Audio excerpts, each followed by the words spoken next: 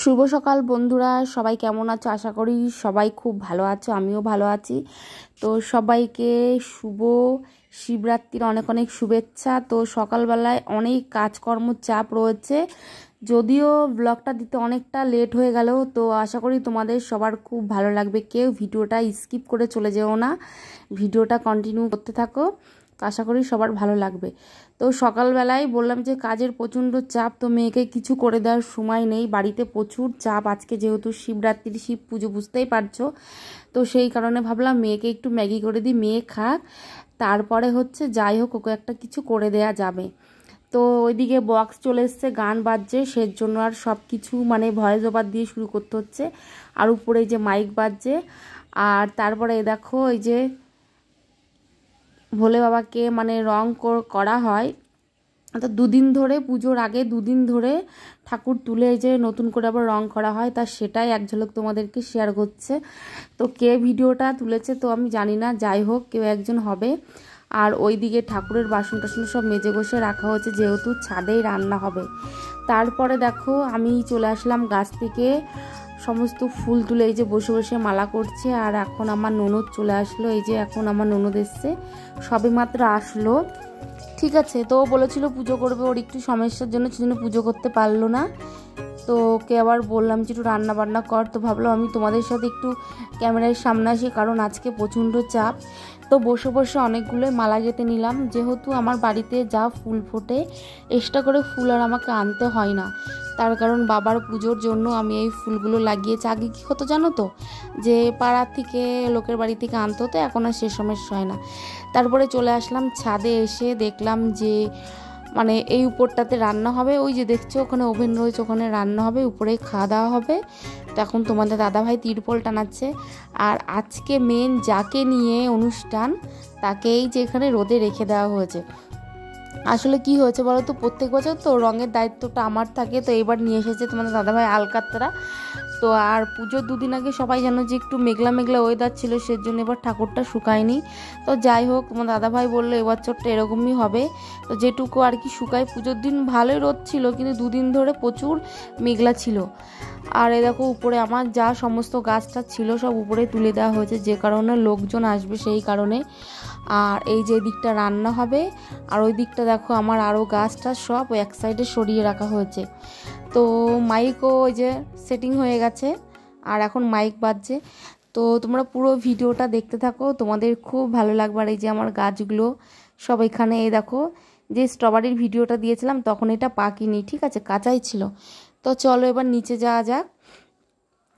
তো তারপরে দেখো নিচে চলে আসলাম, মানে অনেকক্ষণ পর আবার তোমাদের সাথে ভিডিওটা শেয়ার করছি। তো তোমাদের দেখিয়েছিলাম এর আগের ব্লগটায় যে একটা ঘন্টা নিয়ে এসেছিলাম, তো সেটাই যে বাজছে। তো আস্তে আস্তে করে এখন মন্দিরের কাজ করছে, মন্দিরটাকে সাজাতে হবে, তারপরে গঙ্গায় যাব, সমস্ত কিছু তোমাদেরকে দেখাবো, তোমরা ভিডিওটা পুরো কন্টিনিউ করতে থাকো। তারপরে দেখো আমার ননদ এসে একটু রান্না করলো, আর এখন বাজে বেলা 2টো বাজে। আর এখন আমি রেডি হয়ে গেছি, এই যে এখন যাব গঙ্গায় স্নান করতে। আর দেখো মন্দিরও পুরো কমপ্লিট হয়ে গেছে, সাজানো গোছানো হয়ে গেছে, এখন গঙ্গাতে যাব স্নান করতে। আর ওই দিকটা আমার শাশুড়ি মা ঘরের ভিতরে ভোগ রান্না করছে, যেহেতু ভোগ নিবেদন করি। আসলে কি হয় বলো তো, প্রত্যেক বছর না পুজোর আগের দিন আমরা স্নান টান করে কমপ্লিট করে রাখি। এবার এতটাই চাপ ছিল, যেহেতু পুজোর আগের দিন ছিল বৃহস্পতিবার, সমস্ত বাজারঘাট বন্ধ ছিল, সেই কারণে আমাদের মানে সেই দিনটাতেই তোমার বাজার টাজার সব কিছু করতে হয়েছে, ঠিক আছে, সেই কারণে একটু চাপ হয়ে গেছে। তো এই কারণে পুজোর দিনকে আমাদের মানে গঙ্গায় যেতে হলো স্নান করতে। তো সরঞ্জাম করার জন্য আমার আগের দিন বাড়িতে মাথা টাথা সমস্ত কিছু ঘষা হয়েছিল, খালি যাব 2টো ডুব দেবো আর চলে আসবো। আর ওপাশে তো দেখতে পেলে শাশুড়ি মা ভোগ রান্না করছে, আর ভোগ রান্নার সময় তো কারোর সাথে কথা বলতে নেই, ঘরে দরজা দিয়ে করতে হয়, সেজন্য তোমাদেরকে একটু শেয়ার করে দিলাম যে পাশের ঘরে। আর এখন তারপরে দেখো মন্দিরে মানে আমার ঘরটা রয়েছে, যেহেতু প্রত্যেক বছর মানে ঘরটা থাকে, পুজোর 2দিন আগে ঠাকুরটা তুলে দিই, ঘরটাতেই পুজো হয়। তো এই যে এখন বাবার কাছে আদেশ নিয়ে এখন আমি যাব গঙ্গায়, ঠিক আছে, এখন ঘরটা তুলে দেখো এখন নিয়ে যাচ্ছি, সেটা আর তোমাদেরকে দেখালাম না। তো চলো স্নান টান করে এসে আবার ভিডিওটা শেয়ার করছি। তো বন্ধুরা এখন বাজে বিকেল 5টা, আর এখন আমি ছাদের থেকে এই যে আমার ভোলে বাবাকে নামালাম, ঠিক আছে। যেহেতু তোমাদের দাদাভাই দেখতে পাচ্ছ সব কিছু পুজোর জোগাড় যন্ত্র করে গুছিয়ে দিচ্ছে। তো এখন মানে ঠাকুরের যে বেদিটা রয়েছে সেই বেদিটাতে এখন পাতা হবে, তো সেই সব সরঞ্জাম চলছে। আর একটুখানি পর থেকে সব লোকজন আসা শুরু করবে। আর তোমাদের একটা কথা বলি, যেহেতু এবার পুজোটা না অনেকটা লেটে, যেহেতু 8:30 লেগেছে চতুর্দশীটা, সেই কারণে। আর প্রত্যেক বছর কি হয় যে পুজোটা আমার হয়, তারপরে হচ্ছে মানে একদিকে পুজো হয়, অনেকক্ষণ পরে লেটে কীর্তনটা চালু হয়। প্রত্যেক বছর পুজোর দিনই কীর্তন দিই। তো এবার যেহেতু পুজোটা 8টার পরে চালু হয়েছে আর কীর্তনটাও সন্ধ্যে 7টা থেকে শুরু হয়, সেই কারণে অনেকটাই অসুবিধা হয়েছে। একদিকে পুজো হচ্ছে, একদিকে কীর্তন হচ্ছে, তো কিছু করার নেই। এভাবেই চললো এই বছরটা। যেহেতু আমার দিনাদিন পুজো করতে হয় বাড়িতে, যেহেতু স্থাপন মন্দির রয়েছে, না হলে তো অনেকে আবার পরের দিনও করেছে, অনেকে এসছে আমার বাড়িতে পরের দিনও জল ঢালতে, তো তারা দিয়েছে। যেহেতু আমার বাড়ির মন্দির, আমার দিনাদিন পুজো করতে হবে। আর এই দেখো এদিকে হচ্ছে রান্না। তো কী রান্না হবে মেনুতে আজকে রয়েছে গোবিন্দভোগের চালের খিচুড়ি, আর রয়েছে আলুর দম, চাটনি, পায়েস, আর রয়েছে পাঁপড়, ঠিক আছে। এই মেনু। আর উপরে সব ছেলেমেয়েরা খেলা করছে, একদিকে আমার শাশুড়ি আমাকে বকা দিচ্ছে রেডি হওয়ার জন্য। তো চলো রেডি হয়ে আসি। তো তারপরে দেখো বন্ধুরা, আমি ফাইনালি রেডি হয়ে গেলাম। তো আমাকে কেমন লাগছে, আর দেখো মুখ চোখগুলো না বসে গেছে। তো সারাটা দিন একটা মানে কাজের ভিতর রয়েছে, একটা চিন্তা টেনশন রয়েছে। আর কি হয় জানো তো, কোনো একটা মানে কাজকর্ম বাড়িতে অনুষ্ঠান হলে না আমার প্রচণ্ড টেনশন হয় যে কি করে কি করব, সবটা ঠিকঠাক হবে নাকি। আর যেহেতু পুজোটা হলো মেন, যেহেতু মানে পুজো পালি একটা ভালোভাবে না হলে, সুষ্ঠুভাবে না হলে না সব কিছুই মানে একটা ওলট পালট লাগে। তো সব কিছু গুছিয়ে গাছিয়ে নিয়ে আর সমস্ত কিছু করাটা নিজের হাতে একটা কিন্তু মারাত্মক একটা মানে খাটনির ব্যাপার হয়, আর একটা টেনশনেরও ব্যাপার হয়। তারপরে দেখো এদিকে সন্ধ্যা লেগে গেছে, আর সমস্ত কিছু লোকজন আসাও চালু করে দিয়েছে। আর আমার মেয়ের তো আজকে পাত্তাই নেই, সে আজকে এই বাড়ির গিন্নি, এদিক ওদিক ছুটে বেড়াচ্ছে, খেলছে। আর আমি এখন মন্দির ঢুকে গেলাম, আসনটা পেতে দিয়েছে। এখন ফল টলগুলো তোমাদের দাদাভাই যা করার আগে থাকতে বিকেলে ধুয়ে ঠুয়ে রেখে দিয়েছিল, এখন ওইগুলো সব ফল বানাবো, তৈরি করব। আর যারা পুজো করবে লোকজন আসা শুরু করে দেবে, যেহেতু বললাম যে কীর্তনটা মানে আর পুজোটা একসাথেই পড়েছে, সেজন্য সমস্ত কিছু একটু মানে অ্যাভেলেবেল, মানে একটু সমস্যার মধ্যেই, ঠিক আছে। একদিকে পুজো হচ্ছে, একদিকে কীর্তন হচ্ছে, দুদিকটা হ্যান্ডেল করা একটা কিন্তু সমস্যারই ব্যাপার। তো যেহেতু লোকজন রয়েছে, সবাই রয়েছে, কোনো সমস্যাই হয়নি। তো সব কিছু ঠিকঠাকভাবেই হয়ে গেছে। তারপরে দেখো বন্ধুরা, ঠাকুরমশাই চলে এসছে। আর ইনি কিন্তু আমার বাড়ির পৈতৃক ঠাকুরমশাই, যত অনুষ্ঠানই হয় ওনাকে দিয়েই করাই। তারপরে শুরু হয়ে গেল পুজো। তো এখন কীভাবে কি করতে হবে, উনি হচ্ছে মানে তোমাদের দাদাভাইকে দিয়ে উনি ওর হাত দিয়েই সবটা করায়, ঠিক আছে। দেখো এখন ঠাকুরের এখানে তীর কাটি, ঘট বন্দনা, যা যা সমস্ত কিছু ওনার হাত দিয়েই উনি করায়, মানে যাকে বলে আর কি, মানে মন্দিরের পুজোটা ওর কাছ থেকে যেহেতু নেবে, সেজন্য ওকে দিয়েই ব্রাহ্মণ সমস্ত কিছু করায়। আর উনি খালি মানে বিধানটা দিয়ে দেয়, এভাবে এভাবে করতে হবে, সেভাবে করতে হবে, এটাই। তো ফাইনালি পুজোয় আমরা বসে গেছি। আর বাড়ির পুজো বলে কথা, কি আর বলবো, ঠিক আছে। তো ভালোই আনন্দ হয়েছে। আর পুজোটা তোমরা পুরো কন্টিনিউ করতে থাকো, আশা করি ভালো লাগবে, ঠিক আছে। তো অনেক লোকজন এসেছিলো। আর যারা যারা মিস করলে তারা কিন্তু সামনের বছর এসো, আশা করি তোমাদেরও ভালো লাগবে। তো এখন সমস্ত কিছু গুছগাছ করে নিয়ে এখন বসে পড়বো পুজোয়।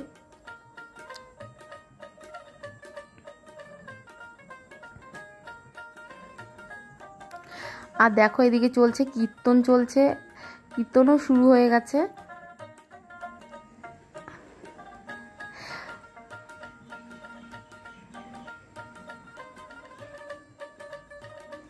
তো আজকে দিনে সারা ভারতবর্ষ জুড়ে, সারা দেশ জুড়ে বাবার পুজো, প্রত্যেকটা জায়গায় জায়গায় তীর্থধাম বলো সব জায়গাতেই। তো আজ মানে এবছরে 2বার পড়েছে, তো আমার জানা এবছরে 2বার। তো আমি এর আগে কখনো দেখিনি যে মানে সব কিছু 2 দিন পর পর হয়, হোলি বলো, ফোঁটা বলো দেখেছি। তো শিব পুজোটা কোনোদিনও আমি দেখিনি যে 2বার হয়। তো এবার হচ্ছে 2বার পড়েছে। তো অনেকে আগের দিন করেছে, মানে আমরা তো প্রথম দিনই করেছি সন্ধেবেলায়। তো বললাম, আর অনেকে আবার পরের দিনও এসেছে, যারা করেছে অনেকে জল ঢেলেছে পরের দিন, আমরাও দিয়েছি, ঠিক আছে। তো এখন ফাইনালি পুজোয় বসে গেছে।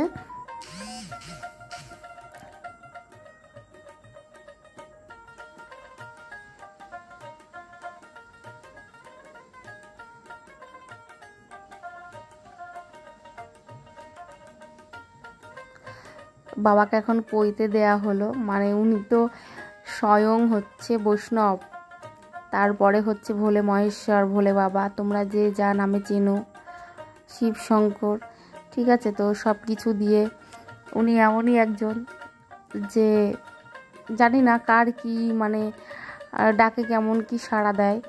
তো কোনো ভক্তকে উনি নিরাশ করে না। তো তারপর ফাইনালি পুজোয় বসা হয়ে গেছে। আমার মঙ্গল ঘট, সেই ঘটও বসানো হয়ে গেছে, তোমরা সেটা দেখতেই পাচ্ছ। তো যেহেতু ভিডিওটা একটু লেটে আসলো এডিট করতে, তারপরে পুজোর একটা চাপ থাকে, তোমরা সব কিছু বুঝতে পারো, ঠিক আছে।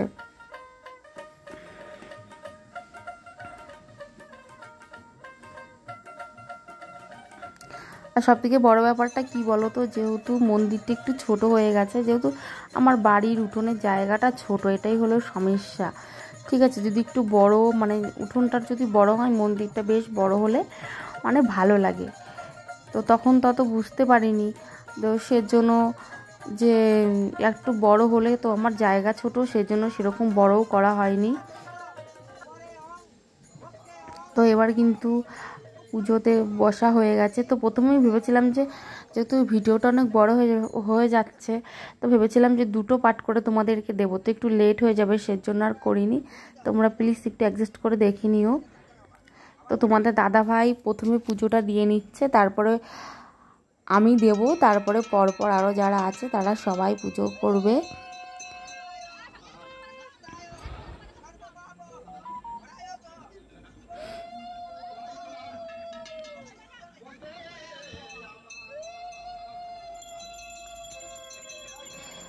আর কারা কারা আমার মতন ভোলে বাবার ভক্ত অবশ্যই কিন্তু কমেন্ট করো। আর পুজোটা কার কার ভালো লাগলো, আমার বাড়ির অনুষ্ঠান ভোলে বাবার পুজোটা তোমাদের কার কার ভালো লাগলো অবশ্যই কিন্তু একটা কমেন্ট করো, ঠিক আছে।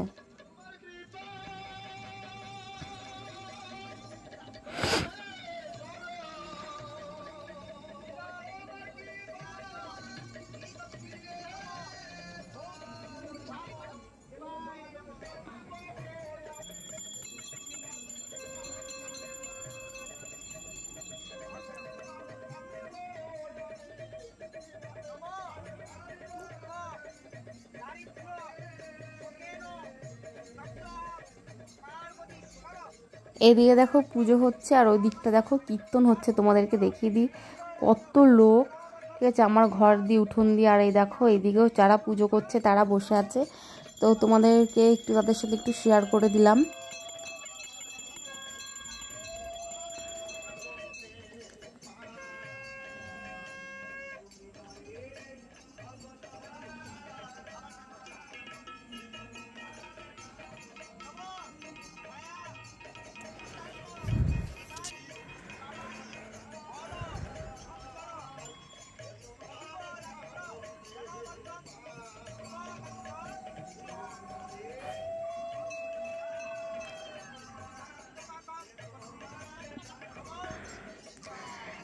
তো এবার ভোলে বাবাকে স্নান করাচ্ছে, দুধ, গঙ্গা জল, ঘি, মধু সব কিছু দিয়ে।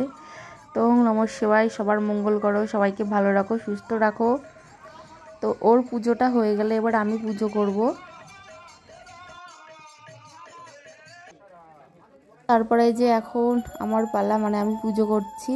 তো কি হচ্ছে না, তো যে ক্যামেরাম্যান যে ভিডিওটা শ্যুট করেছে সে মানে অনেকে কি বলতো, মানে ক্যামেরা ঠিকঠাকভাবে ধরতে পারে না, ঠিক আছে।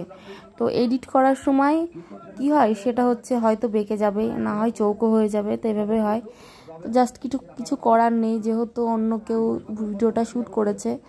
তো তারপরে দেখো আমার পুজো হয়ে গেছে, এখন আরও যারা বাদ বাকি পুজো করেছে দেখো তোমাদের সাথে পরিচয় করে দিই। এই পাশে আমার এই পাশে রয়েছে লাল শাড়ি পরা, এই যে এটা হচ্ছে আমার যা হয়, আর ও পাশে বলতে পারো যাই হয় সব আশেপাশের বাড়ি।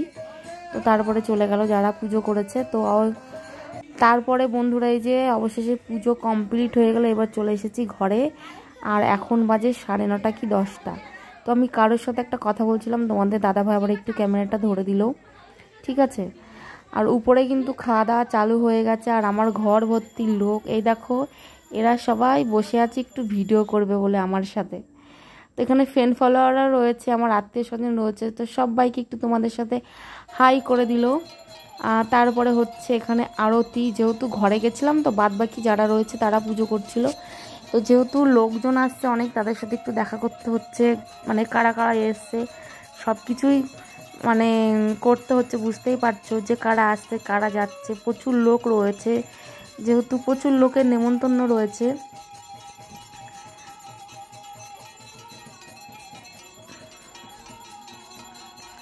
আর এই কাকু ইনি হচ্ছে খুব সুন্দর আরতি করে, পুজোটাও খুব সুন্দর করে। আর এনার হাত থেকে কিন্তু আমার ছোটোবেলায় হাতে খড়িটা, এনার কাছে আমি পড়েছি 5 পর্যন্ত। তারপর থেকে উনি আমার বাবার বাড়িও সমস্ত পুজো করে, এবং কি আমার শ্বশুর বাড়িও সমস্ত পুজোটা করে। আমার বিয়ের পর থেকে এনাকেই দেখো, ইনি এসে সমস্ত পুজো করে।